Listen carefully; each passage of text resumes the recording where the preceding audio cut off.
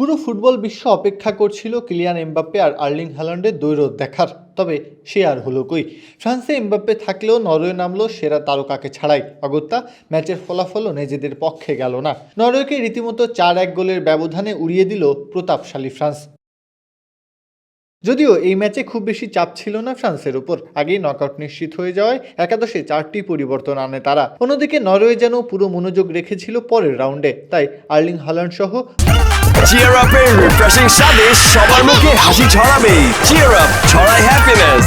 মোট 10টি পরিবর্তন এনে মাঠে নামে দলটি। ম্যাচের শুরু থেকেই ফ্রান্স নরওয়ের রক্ষণের দিকে আক্রমণাত্মক যাত্রা শুরু করে। মাত্র 25 সেকেন্ডেই কিলিয়ান এমবাপ্পে শট লেগেছিল ক্রসবারে।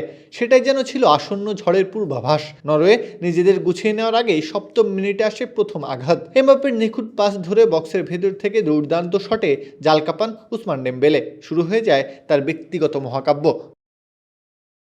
প্রথম গোলের ধাক্কা সামলানোর আগেই আবারও আঘাত। এমবাপ্পের আরেকটি নিখুঁত অ্যাসিস্ট আর ডেম্বেলের নিখুঁত ফিনিশ। 2 গোলের লিড পেয়ে যায় লে ব্লুসরা।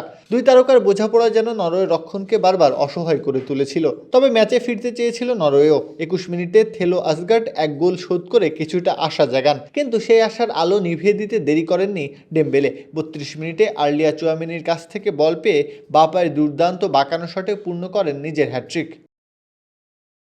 বিরতির পর নরওয়ের সামনে ম্যাচে ফেরার সোনালি সুযোগ এসেছিল। অস্কার ববের ওপর ফাউলে পেনাল্টি পায় তারা, তবে সেটাকেও গোলে রূপান্তর করতে ব্যর্থ হয় দলটি। সেই মুহূর্তেই শেষ হয়ে যায় নরওয়ের শেষ আশাটুকুও।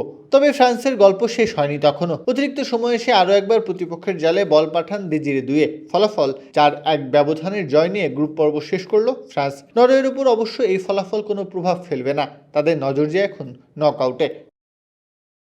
প্রত্যহ কাব্য, খেলা ৭১।